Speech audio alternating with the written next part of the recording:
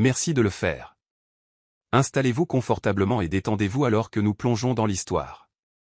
L'appartement empestait l'alcool rassis et la fumée de cigarettes lorsque Jessica déverrouilla la porte ce soir-là. Ses talons claquaient doucement sur le parquet, mais elle se figea en entrant. Le salon était en désordre, les coussins renversés, un verre de vin brisé près du tapis, et la télévision diffusait à plein volume une rediffusion de poker de fin de soirée. Son cœur se serra. Kennedy, appelait-elle doucement, connaissant déjà la réponse. Son mari sortit du couloir, chemise déboutonnée, puant le whisky, un sourire en coin sur le visage. De retour après avoir joué à la femme de carrière, n'est-ce pas, bafouilla-t-il. Jessica posa calmement son sac à main, bien que ses mains tremblassent. Où est l'argent que j'ai laissé sur la table ce matin? C'était pour le projet scolaire de Lily. Kennedy ricana. Probablement là où est parti ton amour pour cette famille. Disparu. Jessica essaya de rester calme. Tu es encore allé jouer, demanda-t-elle, la voix tendue. Kennedy haussa les épaules, puis rit amèrement. Et alors, qu'est-ce que ça peut faire? Ce n'est pas comme si ton salaire servait vraiment à quelque chose. Elle le fixa, stupéfaite de la facilité avec laquelle les mots sortaient. C'est moi qui tiens cette maison, Kennedy. Tu nous fais couler. Lança-t-elle, la tension éclatant enfin. C'est alors que ses yeux s'assombrirent, et il fonça sur elle. Tu te crois meilleur que moi. Espèce d'ingrate. Avant qu'elle ne puisse reculer, sa main la frappa à la joue. Elle trébucha contre le mur, son épaule heurtant un tableau encadré. Le verre se brisa, projetant des éclats sur le sol et révélant leur photo de mariage derrière la vitre brisée. Kennedy souriant dans un smoking, et Jessica souriant avec un espoir aveugle. Le silence suivit. Jessica ne cria pas, elle ne pleura pas. Elle regarda simplement le verre brisé et murmura, « Ce mariage est brisé, tout comme ce verre. » Le lendemain matin, Jessica se réveilla au son du murmure de Kennedy au téléphone. Sa voix était basse, mais excitée, parsemée de jurons et de rires. Elle ne bougea pas, se contentant d'écouter. « Je t'avais dit que ce truc rapporterait au moins 40, dit-il. Non, non, ce n'était pas à elle, c'était juste un vieux truc en or. Probablement du faux. Son cœur manqua un battement. Son souffle se coupa dans sa gorge. Elle savait exactement ce qu'il avait vendu. Après son départ, Jessica se dirigea vers l'armoire et ouvrit la petite boîte en velours qu'elle gardait cachée derrière ses vêtements. Vide. Le bracelet de sa mère, son dernier souvenir, son symbole d'amour et de dignité avait disparu. Elle serra la boîte vide dans ses mains alors que ses genoux cédaient, s'affaissant lentement sur le sol. Il n'y eut pas de larmes, seulement une prise de conscience engourdissante. Il avait franchi une ligne qui ne pourrait jamais être effacée. Quand Kennedy revint ce soir-là, sifflotant et puant la fumée de cigarette, Jessica l'attendait. « Où est-il » demanda-t-elle, la voix basse et égale. Il la regarda d'un air absent. « Où est quoi ?»« Le bracelet en or de ma mère. » Ses yeux s'écarquillèrent d'irritation. « Ce truc poussiéreux. Tu veux dire cette babiole que tu gardais comme si elle était en diamant? Je l'ai mis en gage, j'avais besoin de jetons à la table. » La main de Jessica se serra en un poing à son côté. « Tu n'en avais pas le droit, dit-elle, la voix tremblante maintenant. C'était à moi, c'était tout ce qu'il me restait d'elle. » Il ricana. Ça valait plus sur une table de poker que dans un tiroir. Grandis un peu. Cette nuit-là, Jessica verrouilla la porte de la chambre. Elle s'assit à côté de Lily endormie, écartant les boucles de la petite fille de son front. Elle s'était habituée aux pertes financières, mais ceci était un vol du cœur. Dans le silence de la nuit, elle murmura dans l'obscurité, « Il n'est pas seulement négligent. Il est cruel. » Jessica appliqua de l'anticerne avec des doigts tremblants, tamponnant doucement l'échymose qui s'estompait sur sa pommette. Les lumières de la salle de bain de son lieu de travail projetaient une lueur crue, mais c'était mieux que les questions. Elle fixa son reflet, son visage maintenant étranger, engourdi, terne, déconnecté de la femme vibrante qui portait autrefois du rouge à lèvres et riait à gorge déployée. Quand elle entra dans le bureau, Nina, sa collègue et plus proche confidente, la regarda et fronça les sourcils. « Jess, que s'est-il passé » demanda-t-elle prudemment. « Des allergies. » marmonna Jessica, évitant son regard. Mais Nina ne la crut pas. Pendant le déjeuner, Alors qu'elles étaient assises derrière le bâtiment sous le figuier, Nina insista à nouveau, doucement. Tu te ratatines, Jess. Tu souris à peine. Et maintenant cette échymose? Si tu ne dis rien à personne, il gagne 2 fois. Les yeux de Jessica s'emplirent de larmes, mais elle les combattit. Je ne sais pas par où commencer, Nina, dit-elle d'une voix tremblante.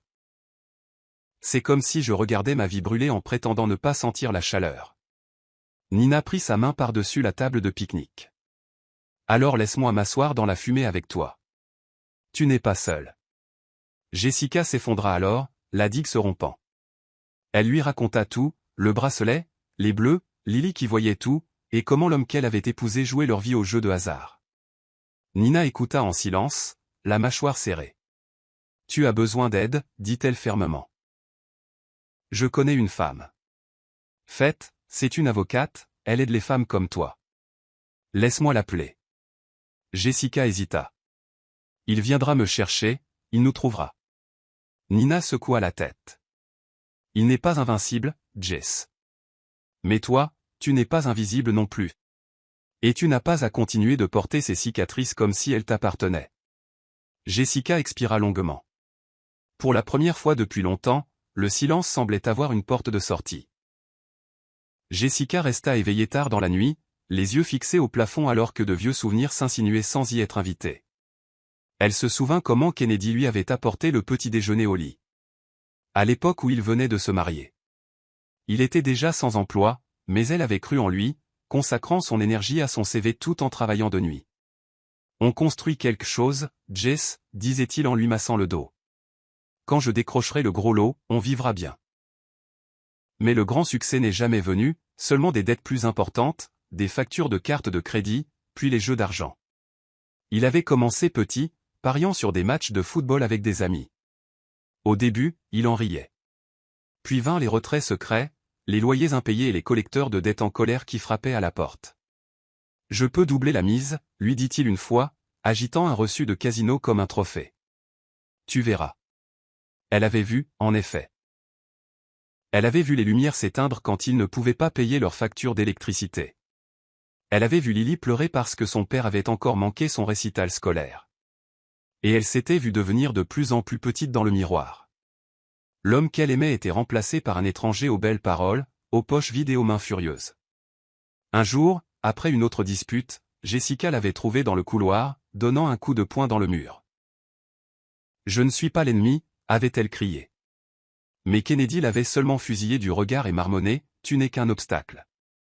Ce souvenir lui revint avec une clarté douloureuse, alors que Jessica se tenait dans la cuisine ce matin-là, versant du lait dans les céréales de Lily. Sa fille leva les yeux et demanda doucement, « Maman, est-ce qu'on est pauvre parce que tu n'as pas de chance comme papa ?» Jessica s'étouffa. Elle s'agenouilla à côté d'elle, écartant une boucle du visage de sa fille. « Non, mon bébé, murmura-t-elle. Nous ne sommes pas pauvres à cause de la chance. Nous souffrons parce que quelqu'un fait les mauvais choix.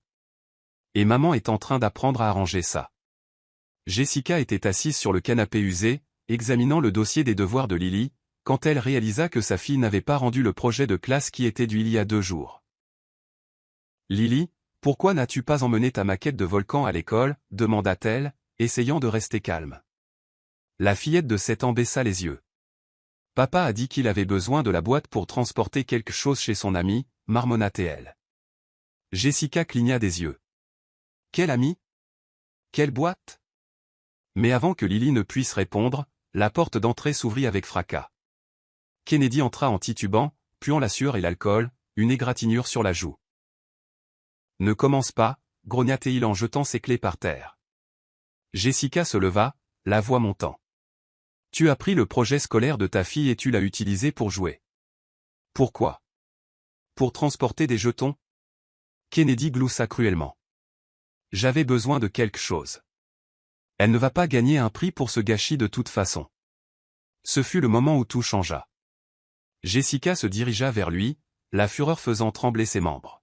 « Tu voles notre enfant maintenant. Tu n'es pas seulement imprudent, Kennedy. Tu es pourri. » Ses yeux s'enflammèrent. « Surveille ton langage. » Jessica ne sia pas. « Sinon quoi ? Tu vas me frapper devant elle encore une fois? Dans le couloir, Lily gémit. S'il vous plaît, arrêtez de crier, murmura-t-elle. Jessica se tourna pour la réconforter, mais la main de Kennedy s'abattit, la frappant dans le dos. Elle s'écrasa contre la table à manger et Lily hurla. Maman! Jessica s'enroula de manière protectrice autour de sa fille alors que Kennedy reculait en titubant, haletant. Le cœur de Jessica battait la chamade, non pas de peur cette fois, mais de clarté. Sa voix était calme, mortellement ferme. C'était la dernière fois, Kennedy. Touche-moi encore, et je te promets que tu supplieras pour les barreaux derrière lesquels tu finiras. Cette nuit-là, elle prépara une petite valise. Non pas parce qu'elle avait tout compris, mais parce que la prochaine étape était la survie. Le couloir de l'appartement était froid, alors que Jessica attendait le taxi qu'elle avait appelé en secret. Lily s'accrochait à sa jambe, portant son éléphant en peluche. Jessica n'avait emporté que l'essentiel, des documents, des vêtements, son carnet de croquis et la carte mémoire avec les photos de ses blessures. Alors que le taxi s'arrêtait, son téléphone vibra. C'était Nina. J'ai arrangé un rendez-vous. Son nom est Faith McKenna. Elle était avocate commise d'office. Elle te rencontrera aujourd'hui. Jessica murmura, merci, avant de faire monter Lily dans la voiture. Le trajet fut silencieux, à l'exception du faible bourdonnement du moteur. Quand elles arrivèrent au cabinet d'avocat, la plaque sur la porte brillait au soleil. Faith McKenna et associée. Jessica inspira profondément et entra. Une femme en blazer sombre, la trentaine, avec des yeux intelligents et une voix apaisante, se leva pour l'accueillir. Jessica, je suis Faith. Nina m'a un peu raconté, mais j'aimerais l'entendre dans vos propres mots, dit-elle en lui faisant signe de s'asseoir. Pendant l'heure qui suivit, Jessica raconta son histoire, non seulement les violences physiques, mais aussi la guerre psychologique, les vols, l'isolement, la peur de ne jamais être assez. Faith hocha lentement la tête, prenant des notes. Vous avez déjà fait le plus difficile, partir. Mais maintenant, nous allons protéger votre enfant, votre paix et vos droits. Jessica hésita. J'ai peur qu'il nous trouve. Peur qu'il déforme l'histoire. Faith la regarda droit dans les yeux. C'est pourquoi nous allons monter un dossier avec précision. Chaque échymose, chaque reçu, chaque mensonge. Vous aurez une longueur d'avance sur lui, pas de retard. Jessica retint ses larmes, submergée mais pleine d'espoir. Que dois-je faire en premier, demanda-t-elle. Les lèvres de Faith s'étirèrent en un léger sourire. Nous documentons, nous déposons une plainte, et vous respirez. À cet instant, Jessica ne se sentit pas comme une victime. Elle se sentit comme une femme se préparant au combat. 2 jours plus tard, Jessica était assise dans le coin d'une chambre empruntée dans une pension qui facturait à la semaine. Elle regardait Lily dessiner des fleurs avec des crayons de cire sur du papier d'emballage marron. Son téléphone vibra, un numéro inconnu. Contre toute attente, elle répondit. La voix d'une femme s'insinua dans le haut-parleur. Bonjour. Jessica, c'est ça? Je voulais juste te remercier d'avoir laissé partir Kennedy. Il est beaucoup plus heureux maintenant, pas attaché à ta petite vie ennuyeuse. La bouche de Jessica devint sèche. Qui est-ce? Demanda-t-elle. La femme rit. Je suis Faith. Mais pas ton avocate, ma chérie. Celle dont il se soucie vraiment. Jessica raccrocha, mais ses mains tremblaient violemment. Quelques instants plus tard, un SMS arriva. Il est à moi maintenant. La prochaine fois, essaie de ne pas ennuyer ton homme au point qu'il aille dans le lit d'une autre. Jessica fixa l'écran, incrédule. Elle se leva, arpentant la petite pièce. L'audace de cette femme, se moquant d'elle au milieu de sa ruine, comme si c'était elle qui avait été rejetée. La rage bouillonnante s'installa sous ses côtes. Pas de la jalousie, non. De la trahison. Pas à cause de l'adultère, mais parce que Kennedy avait partagé leur emplacement, partagé son numéro, son intimité. Il n'avait pas seulement laissé une autre femme entrer dans leur vie.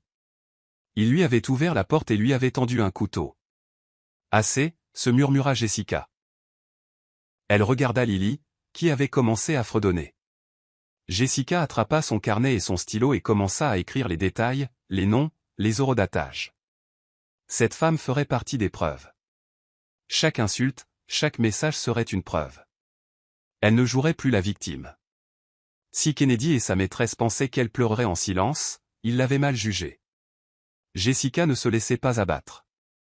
Elle documentait. La porte s'ouvrit en cliquant à 23h47. Jessica leva les yeux du matelas posé au sol. Son cœur se préparait déjà. Kennedy se tenait dans l'embrasure de la porte, titubant légèrement, une bouteille de gin bon marché pendant à ses doigts. « Tu m'as manqué, Jess » bafouilla-t-il, ses yeux balayant la pièce exiguë. Il s'approcha, l'odeur d'alcool et de sueur rance le suivant. Jessica se leva lentement, se plaçant entre lui et le petit lit de Lily dans le coin. « Comment nous as-tu trouvés » demanda-t-elle, sa voix tranchante mais basse. Il rit. « Chérie, tu crois vraiment que je ne saurais pas où se cache ma femme ?» Il s'approcha en titubant, levant la main pour lui toucher la joue. « J'ai eu une semaine difficile. Recommençons à zéro. » Jessica fit un pas en arrière. « Ne me touche pas », l'air entre-s'épaissit comme du brouillard. Il cligna des yeux, stupéfait. « Que as-tu dit ?» Elle se redressa. « J'ai dit non. Pour la première fois depuis longtemps, je le pense. Ne me touche pas. Ne me parle pas comme si je t'appartenais. Tu ne me possèdes pas. » Un silence glacial suivit. Il sourit d'un air narquois, essayant d'en rire, mais quelque chose avait changé. Jessica ne tremblait pas. Ses yeux ne suppliaient pas. Elle était ferme, ancrée, différente. « Tu crois que tu peux survivre sans moi » cracha-t-il. « Je le fais déjà » répondit-elle. Il se jeta sur elle, mais elle attrapa le spray au poivre caché dans sa poche et le visa sur son visage. Il recula en chancelant, jurant et hurlant tandis qu'elle sortait son téléphone. « Tu as 5 secondes pour partir avant que j'appelle la police. Tu n'auras pas de deuxième avertissement. » Avec des yeux flous et brûlants, Kennedy sortit en titubant, claquant la porte derrière lui. Jessica n'expira que lorsque le silence revint. Puis elle s'assit à côté de Lily, berçant la petite main de sa fille et murmura « Maman a dit non. » Cette fois, maman le pensait. Le lendemain matin, Jessica entra dans le département de design avec une douleur dans le corps, mais le feu dans les veines. Elle était en retard sur son planning, mais son esprit était vif, plein de nouvelles idées. Elle avait dessiné la moitié de la nuit, déversant son chagrin d'amour dans des tourbillons de métal et des gemmes superposées. En arrivant à son bureau, elle remarqua que son tableau de croquis avait été effacé. « Où sont mes croquis » demanda-t-elle sèchement. Sa superviseure, une femme élégante nommée Clara, fit un geste dédaigneux. Ben a dit qu'ils étaient redondants. Ils ne correspondaient pas aux attentes du client. Il travaille sur des remplacements. Jessica cligna des yeux. Il quoi? Ben, son collègue au sourire facile et aux cheveux gominés, entra à ce moment-là. Bonjour, Jessica. J'espère que ça ne te dérange pas. J'ai juste peaufiné ton concept pour le rendre plus commercial. Tu sais comment sont les clients. Le sang de Jessica ne fit qu'un tour. Tu n'as pas peaufiné mon travail, tu l'as volé. Les têtes se tournèrent. J'ai passé la nuit à élaborer ces lignes. C'était mon récit, ma voix. Tu m'as effacé. Ben gloussa, feignant l'innocence. Ne sois pas dramatique. C'est un travail d'équipe. Clara s'interposa. Jessica, nous n'avons pas besoin de drame en ce moment. Si tu n'es pas à l'aise avec ta mission, nous pouvons te transférer temporairement à l'unité de fabrication à l'usine. Ça pourrait t'aider à te remettre à zéro. La mâchoire de Jessica se serra. Vous voulez dire me rétrograder? Clara haussa un sourcil. Je veux dire, te donner de l'espace pour te regrouper. Jessica se tourna vers la pièce, la voix claire et inébranlable. Je ne me laisserai pas évincer parce que je n'ai pas souri en me faisant voler. Si on me déplace, je continuerai à concevoir. Et je le ferai mieux que n'importe quel voleur ici. Il y eut des murmures, des hochements de tête discrets de la part du personnel junior. Alors que Jessica rassemblait ses affaires, son regard croisa celui de Ben. Tu reverras mon travail, dit-elle froidement. Mais la prochaine fois, il portera mon nom gravé si profondément que même toi, tu ne pourras pas l'effacer. 2 semaines plus tard, le sol de l'usine bourdonnait d'un rythme métallique et de l'odeur de vernis et d'huile de soudure. Jessica se tenait près de son établi assigné, les manches retroussées révélant ses bras toniques, les cheveux attachés dans un foulard. Son design, un pendentif complexe intitulé « Toujours debout », avait été rejeté au siège, mais elle ne l'avait pas laissé mourir. Ici, au milieu des machines et des mains calleuses, elle lui donnait vie avec une précision brute. « Tu n'es pas comme les filles de bureau habituelles », remarqua un machiniste, Hugo, en la regardant travailler. « Tu construis vraiment. » Elle sourit faiblement.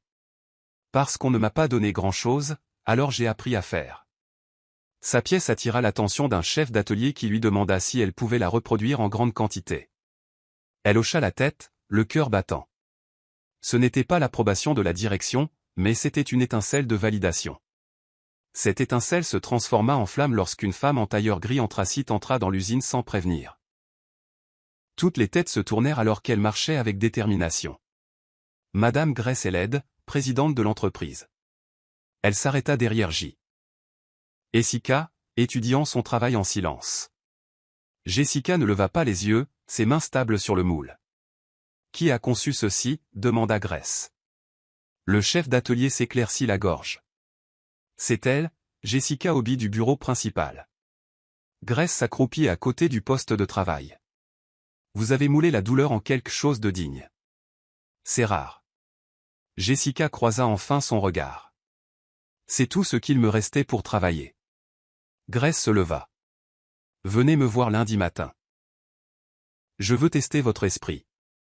Il y a un projet que je lance. Il a besoin d'âme. Je pense que vous en avez à revendre. » Les doigts de Jessica tremblèrent légèrement sur l'argent en refroidissement, non pas à cause de la nervosité, mais parce que, pour la première fois, quelqu'un avait vu au-delà de sa survie. Ils avaient vu son feu. Jessica et Lily emménagèrent dans une chambre étroite au-dessus d'une épicerie de coin à l'autre bout de la ville. Le plafond fuyait quand il pleuvait, les murs étaient fins, et la fenêtre s'ouvrait à peine, mais c'était sûr. Elle payait à la semaine en espèces pour éviter toute trace écrite, utilisant le reste de ses économies. La nuit, elle écrivait dans son journal de design, décrivant non seulement des croquis, mais aussi des objectifs, des étapes légales, des limites émotionnelles, des cibles de carrière. Elle les collait au mur avec du ruban adhésif. Lily dormait avec son bras autour de la taille de Jessica chaque nuit, murmurant « Je t'aime, maman », comme une prière qui les stabilisait toutes les deux. Pendant la journée, Jessica rencontrait Faith, qui commençait à recueillir des déclarations, des photos médicales et des journaux écrits du passé de Jessica. Chaque détail compte, dit Faith. La vérité peut prendre du temps, mais elle finit toujours par éclater. Un après-midi, Jessica et Faith étaient assises dans un café tranquille, passant en revue la documentation. Il ripostera, dit Jessica doucement en remuant son thé. Il a déjà envoyé quelqu'un me menacer à l'usine. Pas directement, mais ils étaient infiltrés. Je pouvais le sentir. Faith croisa les bras. Nous ne pouvons pas contrôler ce qu'il fait, seulement la façon dont nous répondons. Et je vous promets Jessica, cette fois, la loi parlera pour vous. Mais j'aurai besoin que vous soyez courageuse encore un peu plus longtemps. Jessica hocha la tête, bien que sa gorge se serre. Puis-je demander une ordonnance de protection ? Nous déposerons cela dès la semaine prochaine. Une fois qu'elle sera approuvée, il ne pourra plus s'approcher de vous ou de Lily. Et s'il essaie, nous aurons des motifs d'arrestation. Jessica expira lentement. Je suis si fatiguée de survivre. Faith lui toucha la main. Alors commençons à construire quelque chose de mieux que la survie. Jessica rentra chez elle ce soir-là et alluma une petite bougie près de la fenêtre. Pas pour l'ambiance, mais comme un symbole silencieux pour elle-même. Ce n'est pas se cacher. C'est reconstruire. Kennedy reçut la convocation légale un jeudi après-midi humide, debout devant une salle de Paris. Il déchira l'enveloppe, les yeux se plissant en lisant les premières lignes. Demande de divorce, ordonnance restrictive, demande de garde. Un rire lui échappa, sec et moqueur. Alors c'est son jeu, marmonna-t-il, fourrant les papiers dans sa poche arrière. Ce soir-là, il appela un de ses compagnons de beuverie, arpentant son appartement d'une chambre avec rage. Elle se croit maligne, à déposer tous ses papiers sophistiqués comme si elle était une sorte de reine. Mais Jessica n'est rien sans moi. Elle reviendra en rampant, tu vas voir. Son ami gloussa nerveusement, mais Kennedy continua de fulminer. C'est moi qui l'ai faite, c'est moi qui lui ai donné ce travail. Cet enfant à laquelle elle s'accroche, elle est à moi. Mais alors que la semaine s'éternisait, aucun rampement ne vint. Jessica n'appela pas, ne supplia pas, ne répondit même pas quand il envoya des messages vocaux des vieilles berceuses de Lily. Il devint agité. « Tu me provoques » cria-t-il dans son appartement vide. « Tu te crois meilleur que moi maintenant ?» Pendant ce temps, Kennedy commença à se présenter à l'ancien bureau de Jessica, posant des questions, laissant tomber des menaces sur un ton désinvolte à Nina et à d'autres collègues. Mais ils avaient été prévenus. La sécurité fut alertée. Quand Ben mentionna que Jessica avait été promue pour travailler avec la présidente sur un projet de design spécial, la mâchoire de Kennedy se serra. « Elle profite de mon nom », marmonna-t-il. De retour chez lui, il fouilla dans de vieux tiroirs et des albums photos, cherchant un moyen de pression, n'importe quoi. Et puis, dans une cruelle volte-face, il commença à dire aux gens que Jessica était mentalement instable, qu'elle était partie parce qu'elle ne pouvait pas gérer la maternité. Il tissait ses mensonges avec confiance. Ce qu'il ne réalisait pas, c'est que chaque mot, chaque manipulation, chaque visite dans son passé était maintenant documentée par des témoins, par Nina et par Faith. Et pendant qu'il jouait à des jeux, Jessica construisait une armée de vérité. À l'intérieur de l'atelier de métallurgie de l'usine, Jessica se penchait sur sa dernière pièce, une paire de bracelets assortis gravés de branches ascendantes, les feuilles se recourbant vers une lumière invisible. Le symbolisme était délibéré. Les pièces seraient soumises à la campagne, l'héritage par les mains de la présidente, un projet visant à raconter des histoires inédites à travers les bijoux. Hugo, le machiniste qui avait le premier admiré son travail, se tenait à proximité, la regardant couper la dernière rainure. « Tu es différente, tu sais, dit-il. Tu viens ici tous les jours comme si tu t'entraînais pour la guerre. » Jessica ne leva pas les yeux. Peut-être que c'est le cas. Hugo gloussa doucement. Eh bien, peu importe ce que tu combats, ça fait ressortir une beauté que je n'ai jamais vue dans l'or. Plus tard dans la journée, Grace et Led revint inspecter les progrès de l'atelier. Elle s'arrêta de nouveau au poste de Jessica. « Comment s'appelle cet ensemble » demanda-t-elle en examinant les bracelets. Jessica se leva, époussetant la poussière de métal de ses genoux. « Il s'appelle enraciné. Parce que parfois, ce que nous survivons devient le sol de ce que nous créons. » Grace sourit lentement. « J'inclurai ceci dans la première présentation. Faites-le polir et emballer. » Autour d'eux, les chuchotements se répandirent comme une traînée de poudre. Même Ben, de passage du bureau, se figea en entendant la nouvelle. Jessica ne se vanta pas.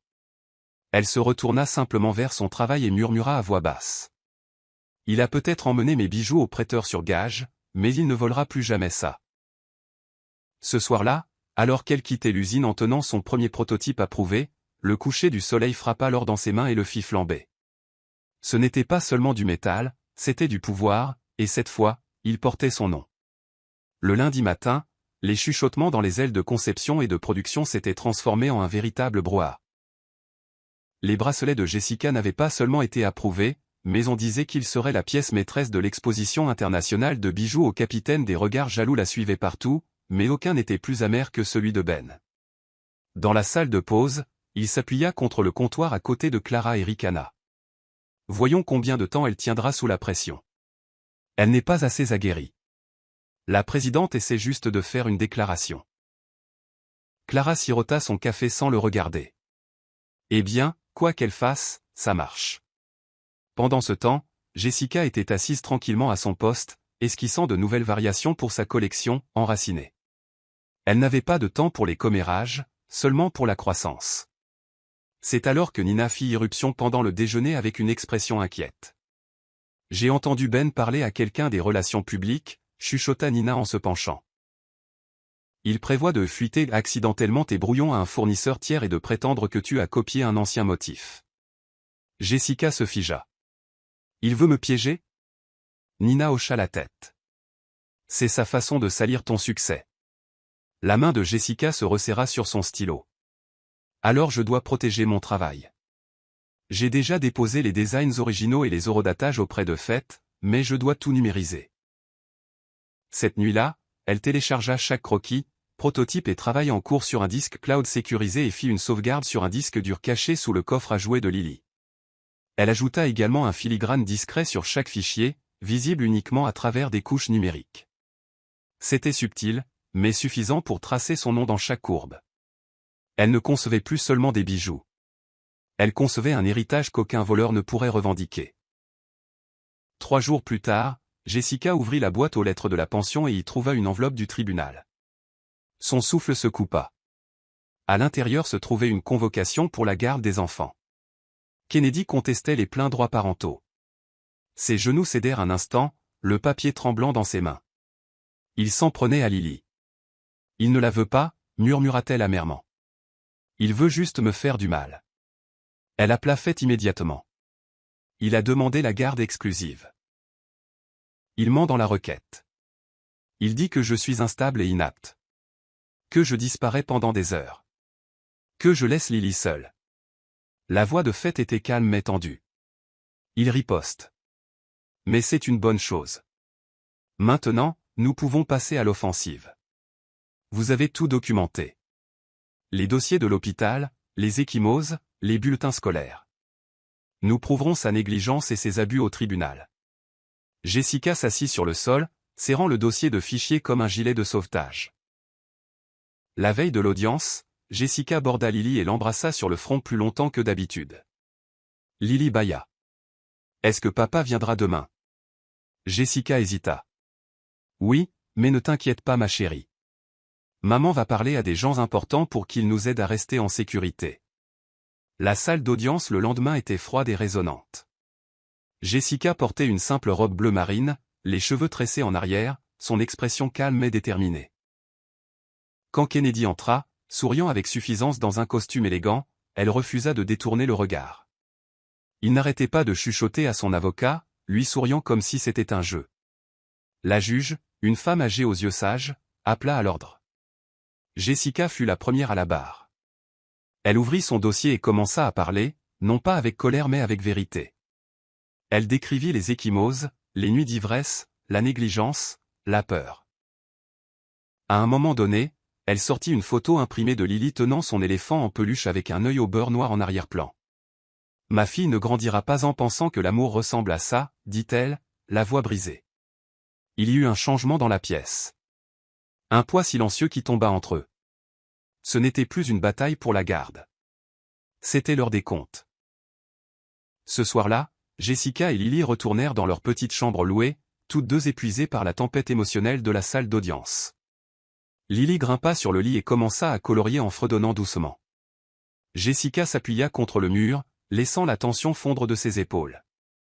Le poids de la requête de Kennedy persistait, mais la force qu'elle avait trouvée dans sa voix ce jour-là avait remué quelque chose de permanent.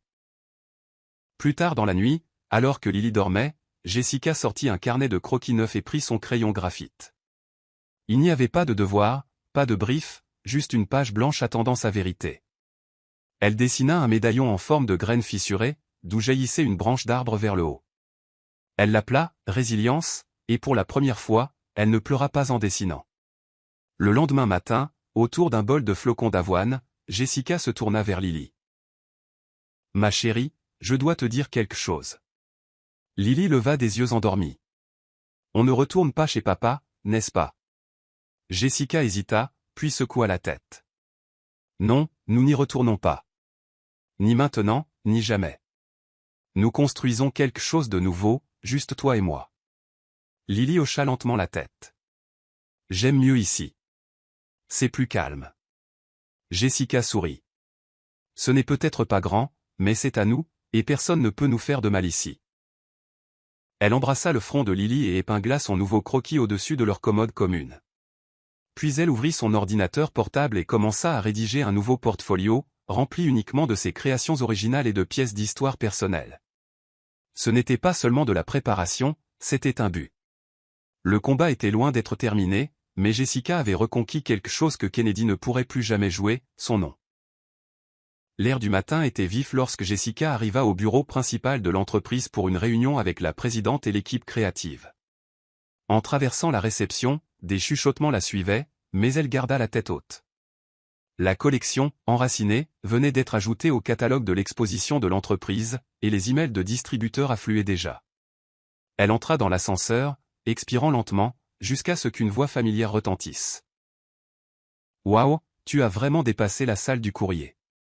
Jessica se tourna pour voir une grande femme élégamment vêtue de talons aiguilles rouges, la même voix de cet appel téléphonique cruel des semaines auparavant. Faites, sourit la maîtresse en tendant une main manucurée. La meilleure moitié de Kennedy, celle chez qui il rentre vraiment. Jessica ne sia pas, ne vous inquiétez pas, je ne serre pas la main au poison. Tête brûlée, sourit la femme. Tu en auras besoin, maintenant que les tribunaux sont impliqués. Il a l'intention de gagner, tu sais. Tu ne peux pas rivaliser avec un homme qui sait comment manipuler le système. La voix de Jessica était calme. Il peut manipuler, mais moi, je construis. Et contrairement à vous deux, je n'ai pas besoin de détruire quelqu'un pour briller. Faites ricana, mais Jessica fouilla dans son sac, en sortit une enveloppe et la lui tendit. Qu'est-ce que c'est? Demanda la maîtresse en haussant un sourcil. Une assignation à comparaître, dit froidement Jessica. Vous m'avez harcelé sur une ligne protégée. Vous devrez expliquer ça à un juge. Elle s'éloigna, ses talons résonnant avec confiance. Faites fixa le document, visiblement secoué. De retour dans la salle de conférence, la présidente haussa un sourcil. Tout va bien? Jessica lissa son chemisier et sourit. Oui, madame. Je sortais juste les poubelles avant que nous ne construisions quelque chose de propre. L'exposition internationale de bijoux au Cap était une toile de couleur, d'élégance et de créativité de pointe. Jessica se tenait derrière un podium drapé de noir. Ses bracelets, enracinés, scintillant maintenant sous les lumières chaudes de la scène, à côté de ses croquis, de ses storyboards et de la gravure signature qui disait « J.O. Originals ». Des créateurs d'Italie, d'Inde et du Maroc se mêlaient aux critiques et aux acheteurs. Alors qu'elle commençait sa présentation, elle brandit le prototype. Ce n'est pas seulement un bijou, dit-elle clairement. C'est un souvenir forgé dans le métal. C'est la survie gravée dans l'or. Le public se pencha. Chaque courbe représente la façon dont nous plions, mais ne cassons pas. Chaque ligne a été dessinée après une nuit blanche, à me demander si j'allais y arriver.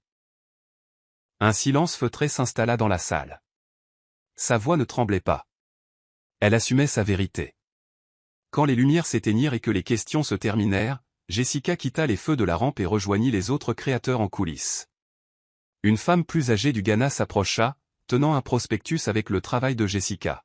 « Je me suis vue dans votre histoire », dit-elle avec un fort accent.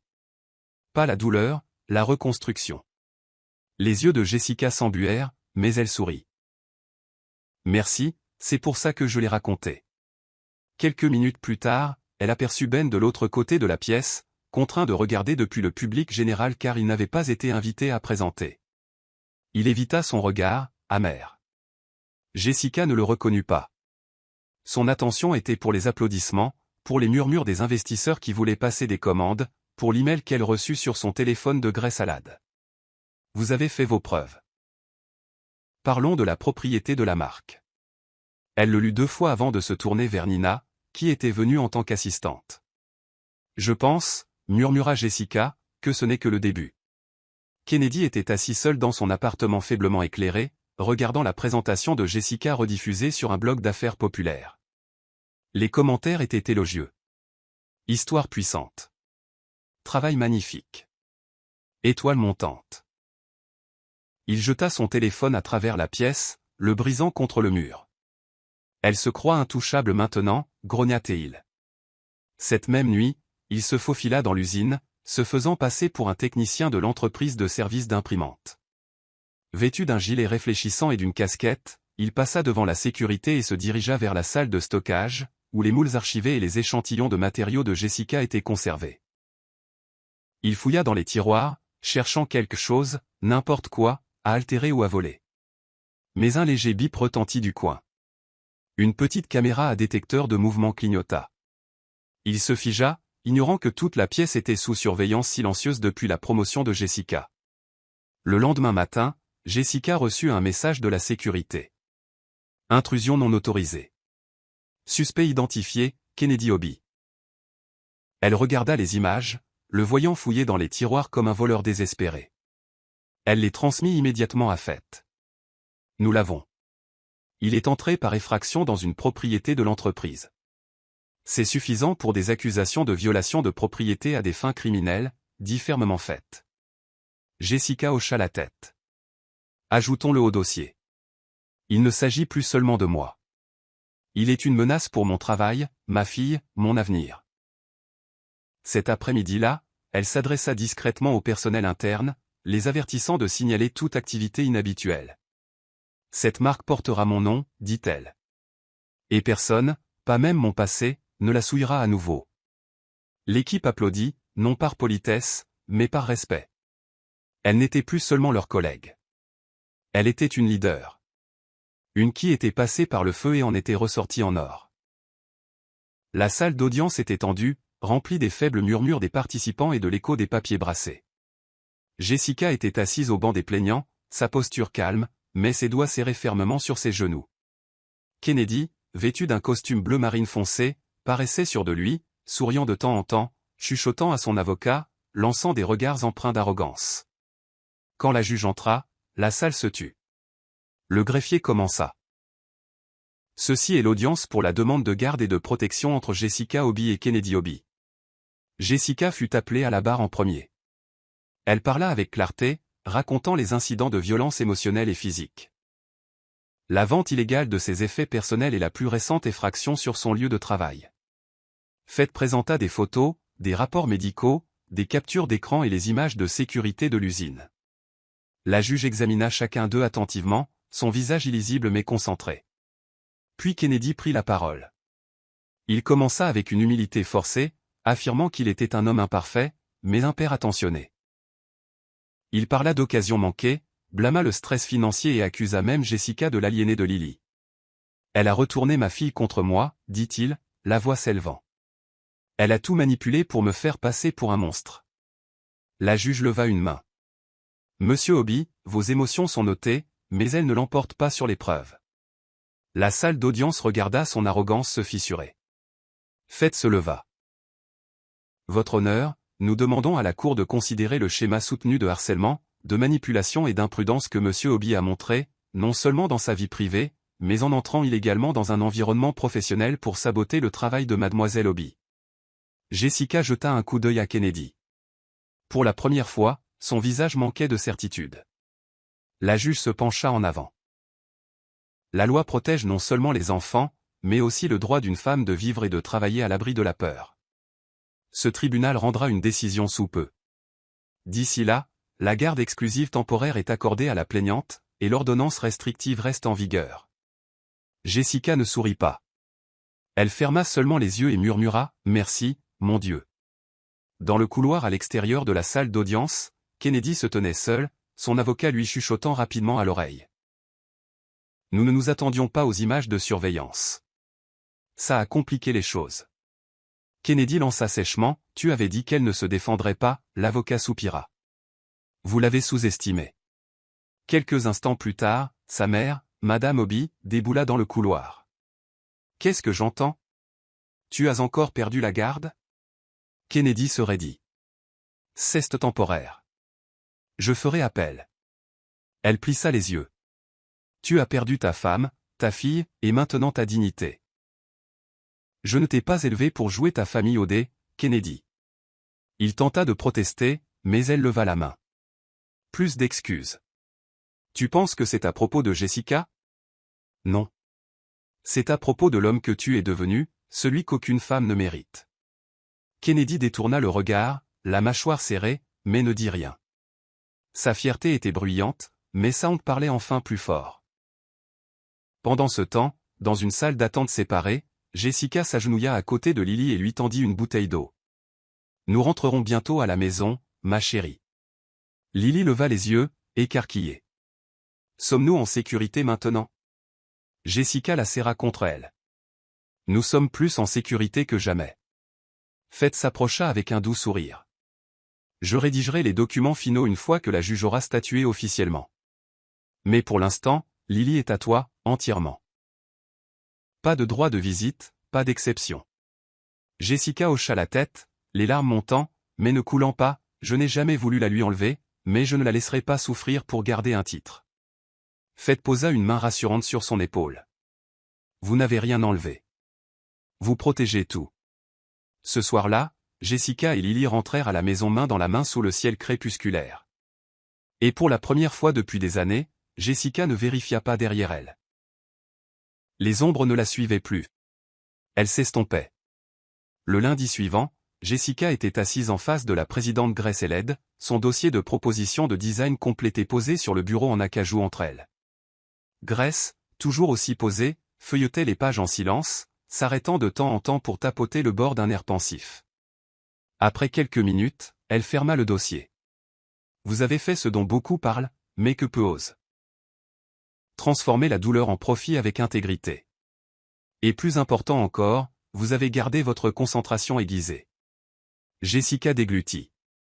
Merci, madame. J'ai juste essayé de laisser le travail parler de lui-même. Grace hocha la tête. Et il l'a fait, haut et fort. À partir d'aujourd'hui, on vous offre le poste de directrice de la création. Permanent. Le souffle de Jessica se coupa. Permanent? Grace sourit. Oui. Pas de période d'essai, pas d'intérim. Vos instincts, votre narration et votre leadership l'ont mérité. Alors que la nouvelle se répandait dans le bureau, les réactions variaient. Certains applaudissaient discrètement. D'autres, comme Ben, regardaient du coin de l'œil, les mâchoires serrées. Jessica retourna à son bureau avec la même grâce calme avec laquelle elle était arrivée des mois auparavant, mais cette fois, elle était vue. Vraiment vue. Clara passa et lui fit un bref signe de tête respectueux. Nina l'étreignit fermement. Ils t'ont enfin donné le titre que ton travail portait depuis le début, murmura-t-elle. Maintenant, montre la voie. Jessica jeta un coup d'œil au mur, où ses anciens croquis avaient été effacés, et où des impressions encadrées de sa collection, enracinées, étaient maintenant accrochées à leur place. Elle regarda ses paumes, marquées par l'effort, durcies par la vérité, mais stables. Aucune couronne n'est donnée, murmura-t-elle. Elle est forgée. Et à ce moment-là, elle réalisa qu'elle n'avait pas seulement survécu à Kennedy. Elle l'avait complètement dépassé. Tout a commencé par une demande de message sur la page de portfolio professionnel de Jessica. Une rédactrice en chef de Voices of Her, un magazine en ligne centré sur les femmes, avait suivi sa présentation de bijoux et voulait la mettre en vedette pour un article intitulé « Créer à travers le feu ». Au début, Jessica hésita. Partager son histoire avec le monde lui donnait l'impression d'arracher une peau encore en train de guérir. Mais après avoir lu la note de la rédactrice, nous croyons qu'il faut dire la vérité, pas seulement le succès. Parce que les vraies histoires sauvent aussi les gens, Jessica accepta. L'interview eut lieu dans un café confortable niché dans un quartier calme. La rédactrice, Chioma, écouta doucement, guidant la conversation avec soin. Y a-t-il eu un moment? Demanda-t-elle, où vous avez su que la douleur s'était transformée en autre chose? Jessica fixa son café, puis sourit faiblement. Oui, quand j'ai arrêté de créer pour survivre, et que j'ai commencé à créer par joie. Quand l'article fut mis en ligne, il explosa sur les plateformes sociales. Les commentaires affluèrent de femmes qui se reconnaissaient dans son parcours. Certaines écrivaient sur des échymoses similaires, d'autres sur des rêves volés qu'elles étaient en train de reconquérir. Un commentaire disait « Je ne suis pas parti quand il m'a frappé, mais vos mots m'ont donné le courage de planifier ma sortie. » Jessica resta assise dans son appartement cette nuit-là, submergée, lisant chaque message. Nina appela peu de temps après. « Tu es en tendance. » Et pour les bonnes raisons, dit-elle en riant doucement. Jessica gloussa. « Je ne l'ai pas fait pour devenir virale. »« Je sais, » répondit Nina. « C'est pourquoi ça compte encore plus. » Lily entra en tenant une tablette. « Maman, c'est ta photo. » Jessica la serra contre elle. « Oui, mon bébé, les gens lisent notre histoire. » Dans un monde qui avait autrefois tenté de la réduire au silence, la voix de Jessica résonnait maintenant bien au-delà de la salle d'audience, de l'usine et même de la vitrine de bijoux. Elle n'était pas seulement devenue un symbole.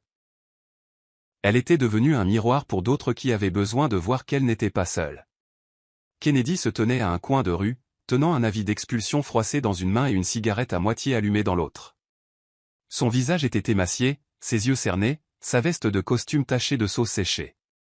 Sa maîtresse, Faith, l'avait quitté il y a 2 semaines, claquant la porte définitivement après que son dernier pari eut anéanti leurs économies.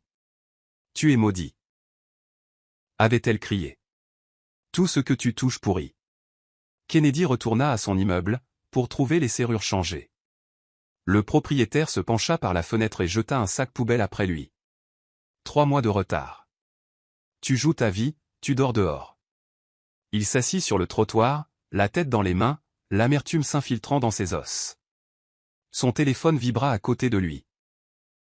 Il le ramassa pour voir le nom de Jessica, placardé sur un panneau d'affichage au-dessus d'une bijouterie, souriant sous les mots « enraciné par J.O. ».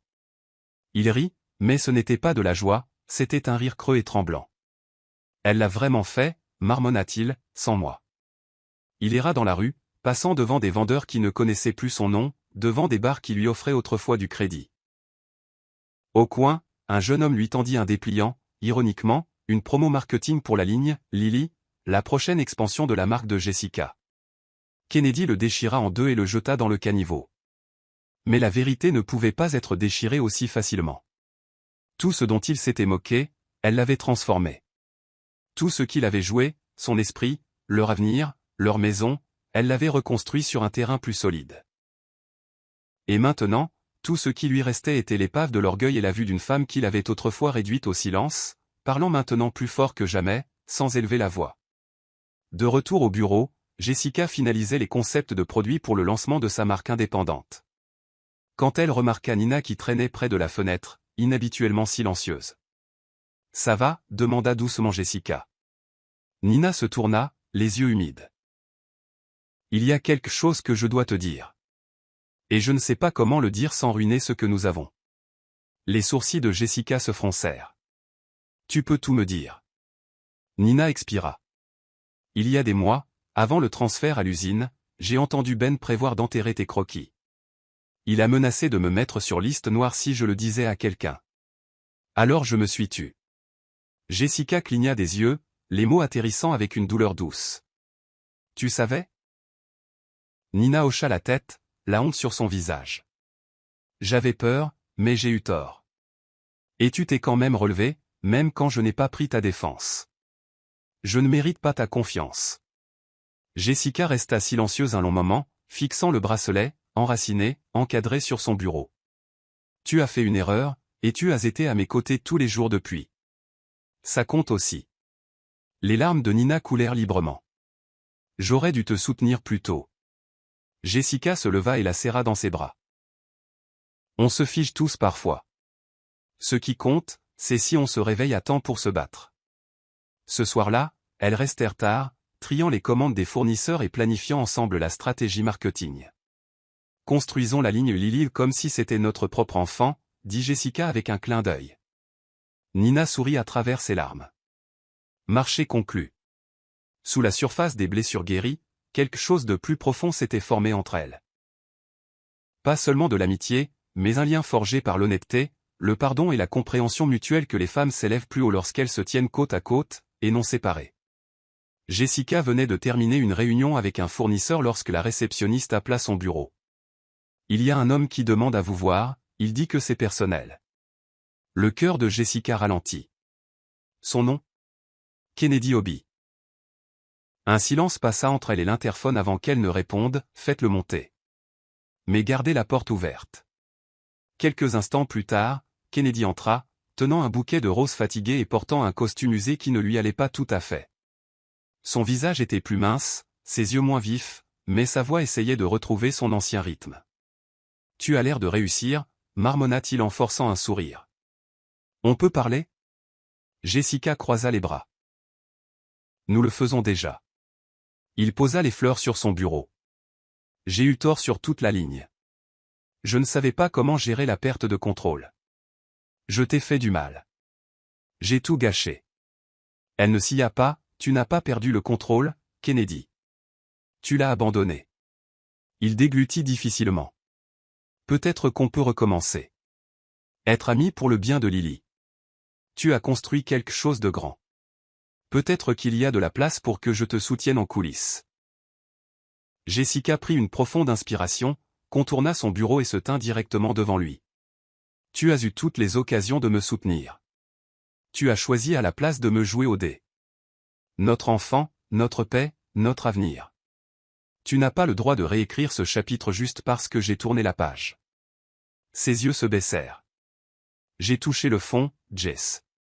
Sa voix resta stable. Alors remonte la pente. Comme je l'ai fait. Mais pas ici, pas autour de nous. Kennedy hocha lentement la tête, le rejet le coupant plus profondément qu'il ne le laissait paraître. Alors qu'il se tournait pour partir, Jessica ajouta, « Prends les fleurs avec toi. Cette pièce ne contient que des choses qui grandissent. » La cour du palais de justice était presque vide lorsque Jessica vit Faith assise sur un banc sous un manguier, des dossiers juridiques à la main. Jessica s'approcha lentement, un léger sourire aux lèvres. « Tout est finalisé. » dit Faith avant même qu'elle ne puisse s'asseoir.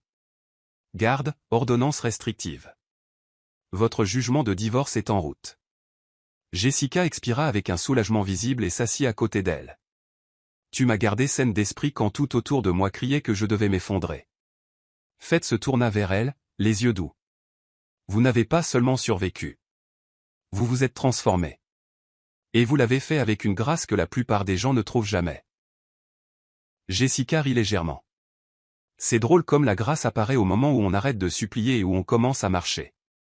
Elles partagèrent un long silence, du genre rempli de gratitude non dite. Après un moment, Faith devint sérieuse. « Pensez-vous parfois au pardon ?» Jessica pencha la tête. « Pour Kennedy ?» Faith hocha la tête. Jessica leva les yeux vers les feuilles qui se balançaient. « Je ne suis plus en colère, mais je ne lui ai pas pardonné. Pas encore. Parce que le pardon, ce n'est pas oublier, c'est choisir de guérir sans traîner la blessure avec soi. Et je suis encore en train de guérir. » Faith sourit. « C'est juste. Ça viendra. Ou peut-être pas. Quoi qu'il en soit, votre paix est légitime. » Jessica posa sa main sur celle de Faith. « Merci d'avoir cru en moi quand je ne croyais même plus en moi-même. » Faith hocha la tête. « C'est ce que font les femmes. Nous nous soutenons mutuellement jusqu'à ce que nous soyons assez fortes pour tenir debout. » Alors que le soleil baissait, Jessica se leva et regarda la route devant elle. « Je suis prête pour la suite. » Et pour la première fois, elle le disait sans hésitation. Jessica se tenait sous les lumières douces de son nouveau studio, entourée de rangées de pendentifs, bracelets, boucles d'oreilles fabriquées à la main, tous portant le nom de la marque, Lily Eslin.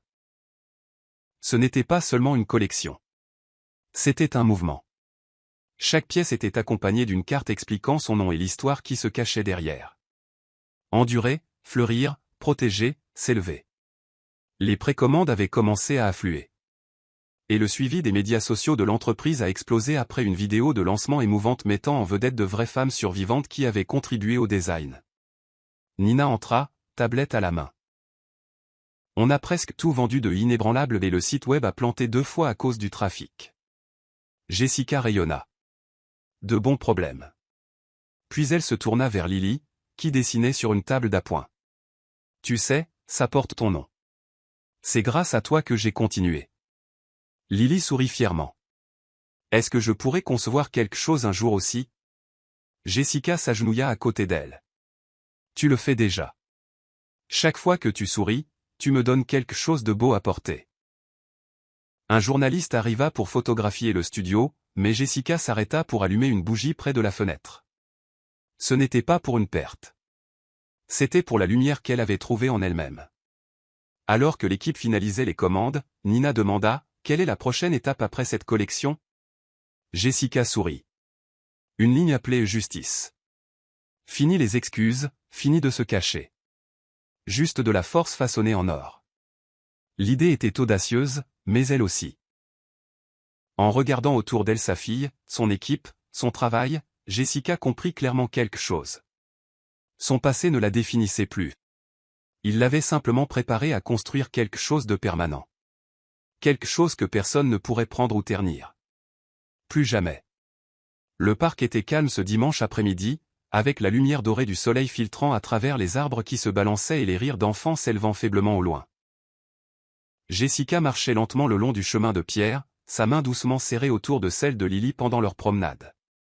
C'était leur premier jour de congé depuis des semaines. Pas de date au tribunal, pas de délai de conception, pas d'ombre persistante. Juste du temps.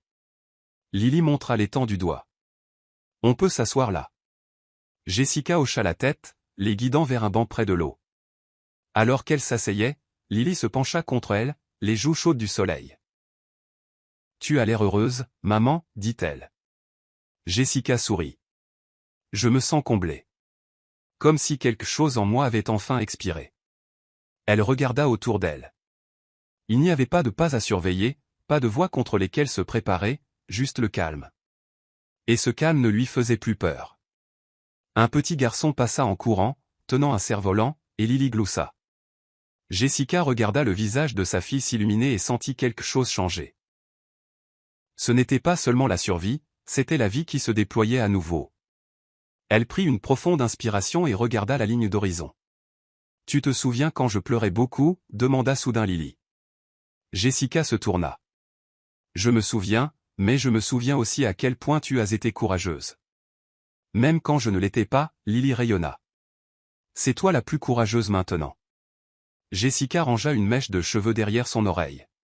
« Pas courageuse, juste assez guérie pour arrêter de courir. » Nina envoya une photo à ce moment-là, un cliché d'une cliente portant le collier, bouclier, avec la légende « Ton travail entre dans les salles de conseil maintenant. » Jessica sourit et tapa en retour, et on ne fait que commencer. Alors qu'elle se levait pour partir, elle jeta un dernier regard à l'eau. Le reflet qui la fixait n'était pas celui d'une femme qui avait perdu. C'était celui d'une femme qui avait reconquis. 3 semaines plus tard, Jessica reçut une enveloppe brune par coursier. Elle sut immédiatement ce que c'était.